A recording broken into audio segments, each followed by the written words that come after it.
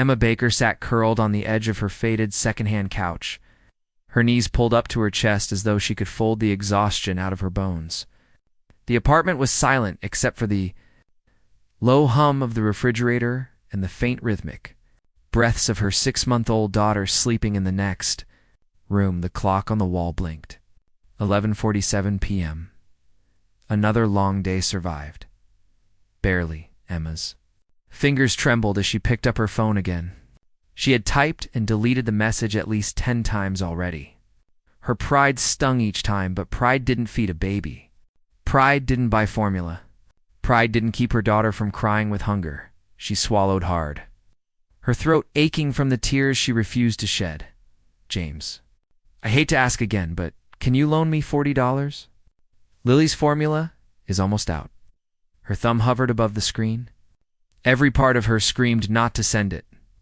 Her brother had just moved across the country for work. He wasn't exactly rolling in money either, but he always helped when he could, and she had no one else. She hit send before she could talk herself out of it. Her stomach tightened.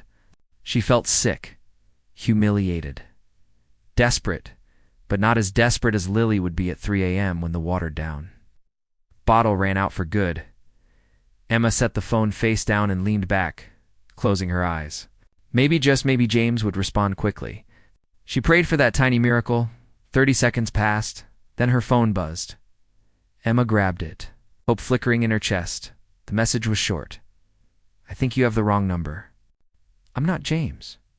Her heart stopped. Her breath caught in her throat. She rechecked the number she had typed earlier. Her eyes widened. She had typed the last digit wrong.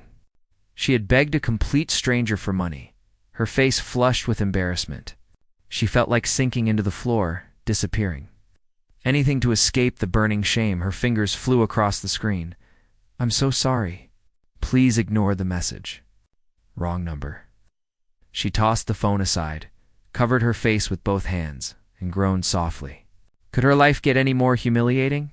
As if answering her question, her mind shifted to the unpaid rent notice taped to the kitchen cabinet. She hadn't dared remove it. Facing it every morning made her work harder, or try to dot her phone pinged. Emma froze. She wasn't expecting another message. She wiped her eyes and picked up the phone. A new message appeared.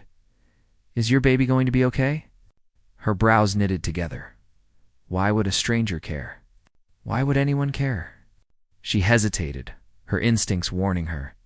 But exhaustion had a way of loosening the rules, blurring the lines, softening the walls she normally kept high. She typed, "We'll manage." Sorry for bothering you. She put the phone down, but it buzzed again almost instantly. I can help. Emma blinked. She stared at the message as if it were written in a different language. Help. A stranger? Why? She laughed under her breath, dry, humorless. There were always strings. Always conditions. Always a price. Thanks, but I don't take money from strangers. She hit send and exhaled, thinking that would be the end of the strange exchange. Her phone lit up again. Smart policy, the message read. I'm Alex. Now I'm not a stranger. Emma frowned. A name didn't make someone less of a stranger, but there was something about this person's tone. Calm, steady, not pushy, not demanding, not creepy, just present. She found herself typing before she could stop her fingers. Why would you help someone you don't know? Across the city, on the top floor of Meridian Tower, the lights inside the vast corner office were still on. The city sparkled beneath the floor-to-ceiling windows as though Manhattan were a constellation draped across the earth. Alexander Reed leaned back in his leather chair, rubbing the tension from the bridge of his nose. He was supposed to be reviewing the merger contract. His legal team had been waiting for hours, but his mind had drifted the moment that strange text popped up. He looked at the screen. Again, he rarely gave out his personal number. Only a handful of people had access to it: his assistant, his parents, his ex-wife, and 2 old friends from college. So how did a struggling mother accidentally reach him? He typed slowly. Let's just say I've been fortunate. And I remember when I wasn't. He stared at the glowing text for a moment, then hit send. Something about her brief desperate message struck him like a punch he didn't know he deserved. The reminder that not everyone had the luxury of worrying about business, deals, or market shares. Some people worried about feeding their children. Some people worried about $40. He couldn't shake the feeling. Not tonight, not anymore. His phone vibrated again. A new message. Venmo username. She trusted him. Even just an inch, but still trust. He hesitated for a moment, then typed in the number. He sent $400. Not because he wanted gratitude, not because he expected anything in return, but because he remembered what it was like to grow up in a tiny trailer with a mother who often chose not to eat just so he could. He closed the Venmo app and returned to the message thread and waited. Back in her apartment, Emma nearly dropped her phone when the notification popped up. $400 received from Alex Reed. Her hands flew to her mouth. Her breath trembled. Tears stung her eyes. $400? No, he must have made a mistake. She typed frantically, "This is too much. I can't accept this." 3 dots appeared. Then, consider it an advance for the next few months. One less thing to worry about. That was the moment her tears finally spilled over. Silent, warm, overwhelming, the kind she hadn't allowed herself to cry even when life had pushed her harder than she thought she could handle. Emma pressed her forehead against her knees. Shoulders shaking, some stranger cared, her entire world felt momentarily lighter. Her daughter wouldn't go hungry tonight, or tomorrow, or the day after. She wiped her face and typed the only thing she could manage. "Thank you, Alex." She stared at the screen, her heart still thumping in disbelief. Then a new message appeared. "Take care of Lily?" Emma froze. Her fingers hovered above the keyboard. She hadn't mentioned her daughter's name. Her pulse spiked. Her stomach tightened. Wave of fear washed over her. How did he know? She looked around the dark apartment, suddenly feeling exposed, as though unseen eyes were watching her. Her mind jumped to the worst possibilities. What if he wasn't kind? What if he had found her somewhere online? What if she had made a terrible mistake? She put her phone down and backed away, her breath shaky. She checked that the door was locked, then checked again, but fear didn't let her sleep. Morning light by sunrise. She had convinced herself she was overreacting. Maybe she had mentioned Lily in a previous message without realizing it. Maybe he guessed. She tried to shake it off, but the anxiety still simmered as she prepared. A fresh bottle for Lily formula she had finally been able to afford. Her phone buzzed.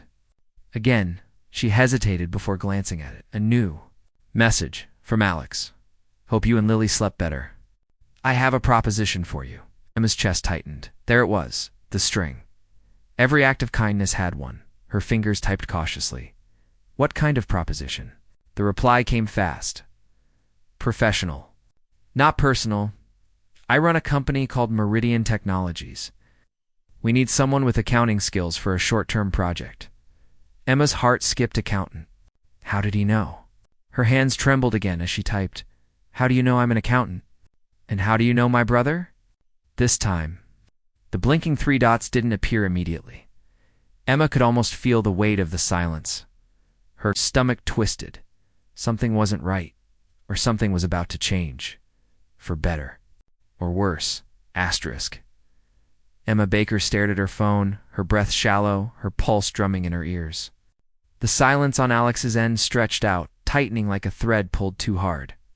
How does he know I'm an accountant? How does he know, James? What if this was all a mistake? Or worse, what if it wasn't? Asterisk. Emma moved Lily from her shoulder to the bassinet, careful not to wake her, then paced across the small living room. Her legs felt numb, her hands cold.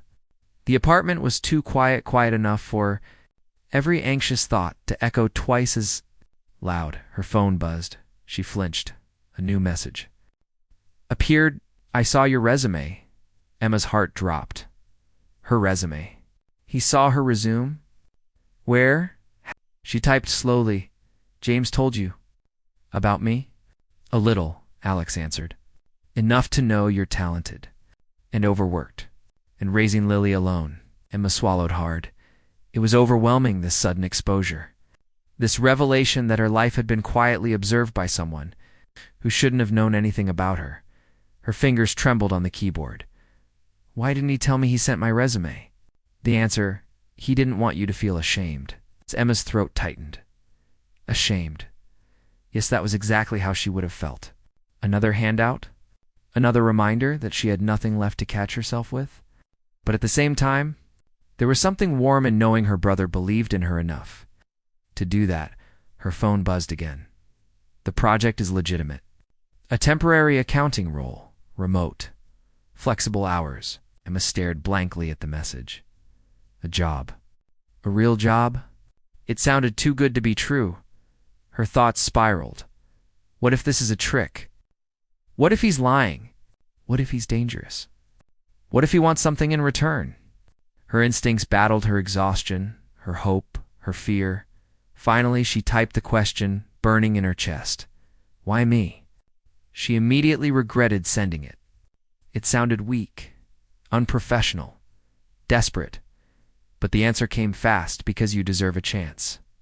And because needing help isn't a flaw. Emma blinked. She never expected a CEO, if he truly was, want to speak like that. She squeezed her phone tighter, her mind racing.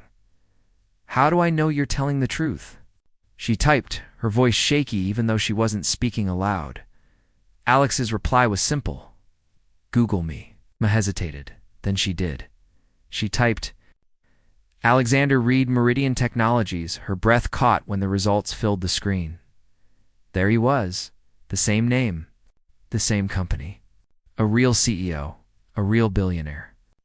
Pictures of him at events, business summits, charity galas.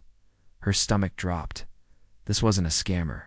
This wasn't a random stranger. This was someone powerful. Someone completely out of her world. Her hands shook as she typed. Why would someone like you help someone like me? She hated how insecure the question sounded, but it was the truth. Emma Baker was a nobody. A broke single mother, working part-time nights. A woman with overdue bills, and worn clothes and calloused hands from cleaning shifts she took when accounting work dried up. But Alex's answer came after a long pause. Because once, I was you.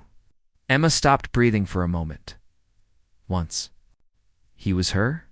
Her fingers hovered as she replied, What does that mean? But instead of answering by text, her phone suddenly buzzed with a different kind of notification. A call request. Emma's heart dropped into her stomach. He wants to call. She stared at the screen in panic. A call with a CEO? A billionaire? A total stranger she'd accidentally texted? No, she whispered to herself. No. She declined the call. Her hands were shaking so hard she nearly dropped the phone. Immediately, text appeared. It's okay. We don't have to talk if you're uncomfortable. I can't help you properly unless I explain a few things. I'd rather you hear my voice than think I'm hiding something. Emma pressed the heel of her palm against her chest, trying to steady her breathing. Why did his words feel gentle? She typed slowly. I'm just nervous. You don't have to be, he replied. You haven't asked me for anything. You haven't taken advantage of anything. You're just trying to raise your daughter. That made her swallow hard. Emma sat there, torn between fear and the faintest flicker of trust. She typed, Give me a few minutes. She needed to breathe. To think. To calm down enough to sound human on a phone call. She set the phone aside and looked toward Lily's basing. The baby slept peacefully, tiny chest rising and falling. Unaware that her mother's entire life was dangling on the edge of something terrifying and possibly incredible, Emma whispered to herself, What am I doing? But deep down, she knew. She didn't want money. She wanted dignity back. She wanted a chance to stand on her own feet again. And maybe, just maybe, this was that chance. She picked up the phone with trembling hands and typed the message she never imagined she'd send to a billionaire CEO. Okay, you can call. She pressed send, her breath caught in her chest. The phone rang almost instantly. Emma swallowed hard and lifted it to her ear. "Hello?" she whispered. A calm, steady voice answered. "Emma, I'm glad you gave me this chance." Her world stilled. Her story was no longer the same. Emma held the phone to her ear, her pulse thundering so loudly she could barely hear anything else. Her breath trembled. Her hand shook. She expected his voice to sound arrogant, demanding, condescending. He was a CEO, after all. Someone who lived so far above her reality that they might as well have been from another planet. But instead, his voice was warm, gentle, unexpectedly human. "Emma," Alex said softly. "Yes," she whispered. She cleared her throat, trying to steady herself. I'm here." "I didn't mean to frighten you," he said. "I just wanted you to know I'm real. And that helping you isn't a game." Emma sank onto the edge of the couch, pressing her palm to her knee to stop it from shaking. I don't understand any of this," she admitted. "You don't know me? You don't owe me anything. And people don't do things like this without wanting something in return."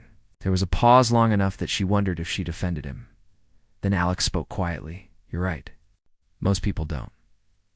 But Emma, not everyone who helps has a hidden price." Emma's throat tightened. She didn't believe that. Not fully. Not yet. But she wanted to. "So," she whispered, forcing herself to breathe, "what is this job you mentioned?" Alex's tone shifted slightly, not cold, not stern, but more businesslike. It was the voice of someone used to giving instructions that people listened to. "We're auditing several old accounts from a merger we did 5 years ago," he explained. "The records were handled by a third-party agency that didn't maintain consistency. I need someone to clean and reorganize the data." Emma blinked. "That sounds complicated." "It is," Alex admitted, "which is why I need someone with real accounting skill, not just software training." Emma stared at the wall. He wanted her. Her? She wasn't nobody. She wasn't useless. She had worked for one of the best mid-sized firms in the city before. Layoffs swallowed her department whole. But still, why her? "Well," she murmured, "I do know how to handle complex reconciliation systems, and manual audits, and spreadsheet structuring." And Alex chuckled softly on the other end. Emma felt her face warm. "I know," he said warmly. James wasn't exaggerating. "You're talented." Emma blinked rapidly. Heat prickling the corners of her eyes. She hadn't heard words like that in months, not since the last time her daughter's father promised he'd show up and didn't. Not since her supervisor handed her the layoff letter with a forced smile. Not since the world stopped giving her space to breathe. She whispered, barely audible. What would the job pay? For now, a 6-week project, remote, $35 an hour. Emma's breath caught in her chest. $35 an hour? Her vision blurred. Asterisk, she hadn't earned that kind of wage since before Lily was born. She covered her mouth with her hand, tears welling in her eyes. "Emma," Alex's voice softened. "Are you okay?" She nodded, even though he couldn't see. I don't want to get my hopes up. I can't afford to." "I know," he said gently. "That's why we'll make it official. A contract, paperwork, terms, all transparent. You'll see everything before you agree." Emma squeezed her eyes shut. It felt real. Too real. Unbelievably real. But then something tugged at her. A memory. A fear. She swallowed hard. Her voice trembled. "You said something earlier," she whispered. "You said you used to be like me." Alex was silent for several seconds. Then he spoke, voice low, softer than she'd ever heard it. "My mother raised me alone," he said. "We lived in a small trailer outside Detroit. She worked 3 jobs. She rarely ate, so I could. And when she died, I was 17, with no money, no home, and no plan." Emma held her breath. "I worked my way through college by cleaning offices at night," he continued. "I slept in my car during winter. I studied under streetlights when I couldn't afford electricity." Her chest tightened. Alex noticed the silence. "Is something wrong?" he asked. Emma hesitated. Should she tell him? No, she didn't want to seem unprofessional. or needy. Or like she expected him to fix anything else in her life. No, she lied. Everything's fine. Alex paused. Emma, he said softly. I can hear it in your voice. What is it? She sighed, defeated. My landlord, she admitted. I'm behind on rent. He's not very patient. Another buzz. The landlord was calling again. Emma felt panic rise in her chest. Not today. Not now. Not when something good was finally happening. Alex's voice sharpened, not cold, not angry, but focused. How much do you? Emma immediately shook her head, even though he couldn't see. No, I'm not telling you that. You already did enough. I'm not taking anything more from you. Emma, no, she repeated, firmer this time. I accepted the job. That's enough. I can handle my own life. Silence. Then Alex said something she didn't expect. I respect that. Pause. But Emma, you don't have to handle everything alone.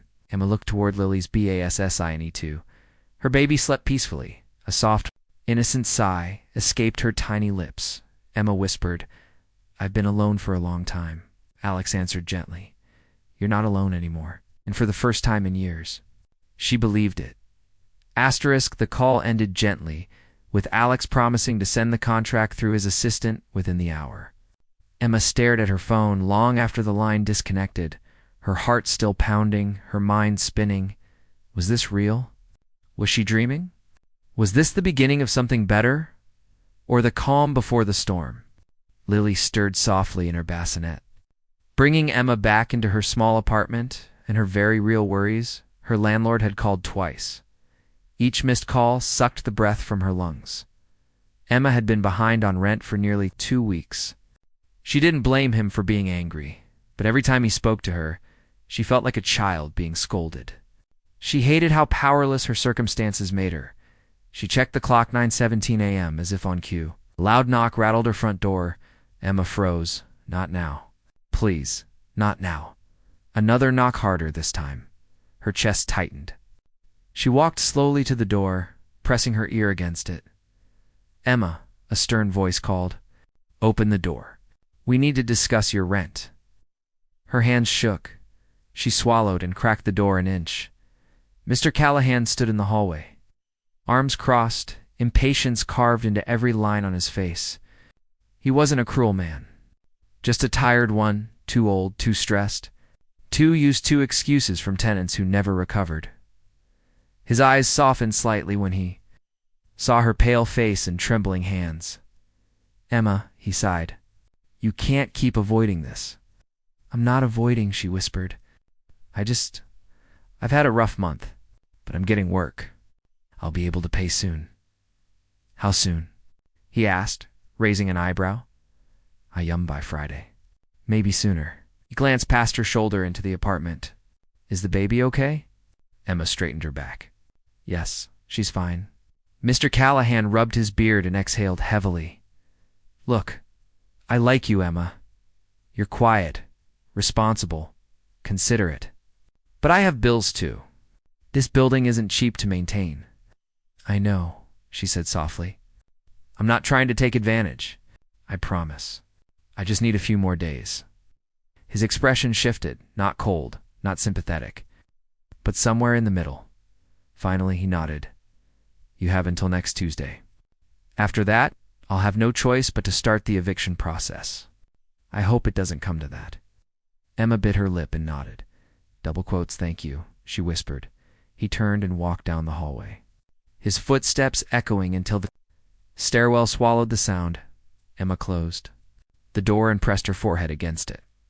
Next Tuesday, she had less than a week, her stomach twisted with fear.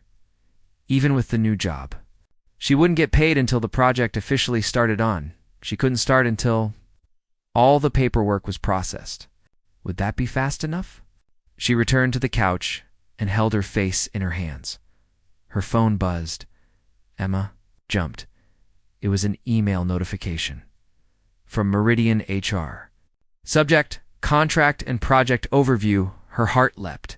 She hurried to open it. Inside was the official contract. Tax forms, and a detailed breakdown of the project. It wasn't a scam. It wasn't a dream. It was all legit logos, signatures, company seals, everything. Her breath shook as she read through it. She was about to sign when her phone buzzed again. A message from Alex. Take your time reading everything. If anything is unclear, call me. Emma smiled faintly. Why was he being so patient? So careful? So human. She typed, "It looks great." "Thank you." His reply. "When can you start?" Emma bit her lip, then typed, "Anytime. Today, if needed." A typing bubble appeared. "Good. My assistant will set you up with access to the internal system." "But Emma." She raised an eyebrow and waited. "You need a better laptop." Emma's face flushed with embarrassment. Her old laptop barely worked. It overheated. It froze. Sometimes keys didn't register unless she hit them twice. She typed quickly, "I'll manage. I can borrow a laptop from the library until I get paid." Alex replied seconds later, "No. You shouldn't have to struggle to do your job." Emma's fingers paused. Was he really going? To her phone buzzed with another Venmo notification. $1,200. Received from Alex Reed. Note, for a laptop. Work tools should never hold you back. Emma gasped. No, no, no. She whispered. She typed frantically. "Alex, I can't take this. You already sent so much." "I don't want your money." His reply came instantly. "It's not a gift." She blinked. "Then what is it?" "A business expense. You're part of the team now. Every employee gets the tools they need." Emma pressed a hand to her forehead. Overwhelmed. Part of the team. Words she hadn't heard since before her pregnancy. Her throat tightened as she typed, "I don't know how to thank you."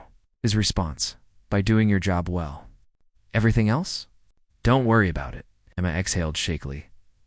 Lily woke in the bassinet with a tiny cry. Emma shuffled over and scooped her daughter into her arms, rocking her gently. Lily's warm cheek rested against Emma's shoulder, her tiny fingers gripping Emma's shirt. Emma whispered into Lily's soft hair, "We're going to be okay. I think we're really going to be okay." But just as the relief settled, another thought surfaced. What if this all disappeared? What if the opportunity collapsed? What if the universe pulled it away just as she touched it? Emma fed Lily, burped her gently, and settled her back to sleep. Her phone buzzed again. This time, it wasn't Alex, not HR, not her landlord. It was a message from an unknown number. "He's lying to you." Emma felt ice spread through her chest. She stared at the screen, her pulse racing. "Who is this?" she typed. The reply came instantly. "Just trust me. Stop talking to him. It isn't what you think." Her breaths turned shallow. Her fingers trembled. Another message arrived. He did this to someone else. It didn't end well. Emma's heart pounded. Her mind raced. Her entire body shook. Who was this? Why were they messaging her? What were they implying? Was she in danger? Her phone vibrated again.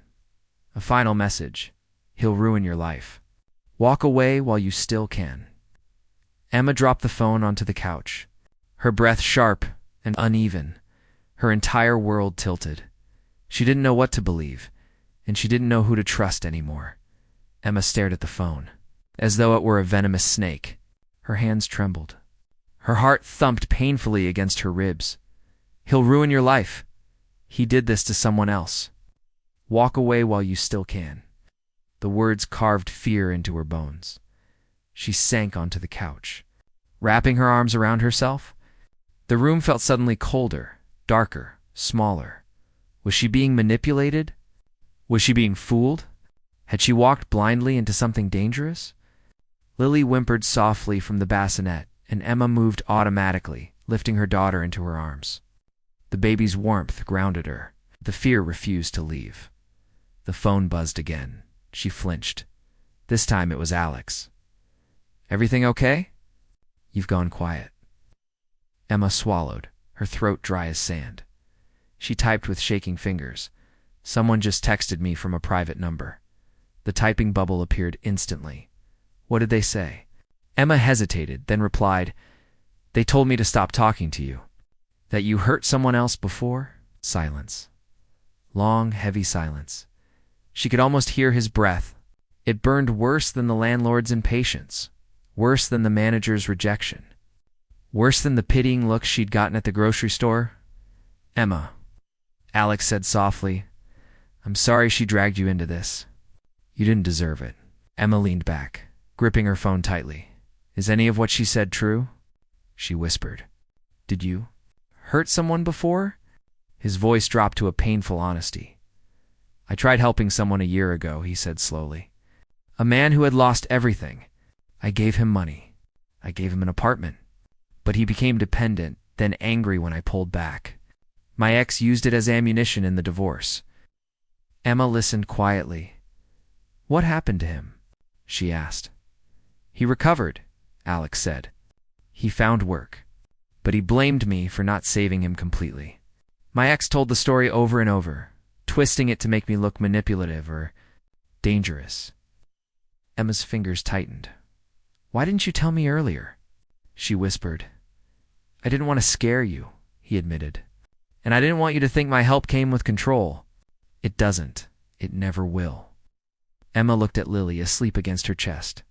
She thought of the $400, the laptop money, the job opportunity, the way he listened, the way he respected her boundaries, the way he never once asked for anything in return. Her voice cracked. "I don't want to be dependent," she said. "I don't want to fall apart again. I want to stand on my own." "And you will," Alex replied. "I'm not here to carry you. I'm here to give you a ladder. The climb is yours." Emma pressed a hand to her heart. No one had ever said something like that to her. Not even her brother. Not even Lily's father. She took a deep, steady breath. "Okay," she whispered. "I believe you." She heard Alex exhale, a subtle sound of relief. "Good," he said softly, "because I have one more thing to tell you." Emma straightened. "What is it?" "You weren't chosen out of pity," he said. "You weren't chosen because you texted me by mistake. You were chosen because I saw your work before." Emma blinked. "What? What do you mean?" "James sent me your portfolio months ago," Alex continued. "I tried reaching out through email. You never answered." Emma's mouth fell open. "What?" I never saw your inbox was full," he said gently. "Your email kept bouncing back." Emma pressed a hand over her face. "So, you wanted to hire me before any of this?" "Yes," he said. "You earned this. You deserved this long before the wrong text." Her chest tightened with emotion. She had not been a charity case. She had not been a random act of kindness. She had been chosen for her skill. A quiet sob escaped her. "Emma," Alex asked softly, "talk to me." She wiped her face with the back of her hand. "I'm okay," she whispered. "Better than okay?" They sat in silence for a moment, two different worlds connected by one fragile, miraculous thread. Finally, Emma spoke. "So, what happens now?" Alex's voice warmed. "Now you work. You get paid. You stabilize your life. You build your future." She nodded, feeling strength she didn't know she still had. "And after that?" she asked. "After that," Alex said, "you help someone else the way you've been helped. That's how we change the world one life at a time." Emma looked at her sleeping daughter. Lily's tiny hand curled around Emma's finger, and for the first time in a long time, Emma saw a future that wasn't filled with fear, a future filled with possibility, with dignity, with hope. She whispered, "Thank you, Alex." His reply came softly. "No, thank you, Emma. You reminded me why I became who I am." Emma smiled through her tears. The wrong text message had led to the right person, at the right time, with the right miracle, and that miracle wasn't money. It was a chance to rise again, to rebuild, to breathe, to be the mother Lily deserved. Emma was no longer the poor girl texting for $40. She was a woman on her way up, and she would never look down again.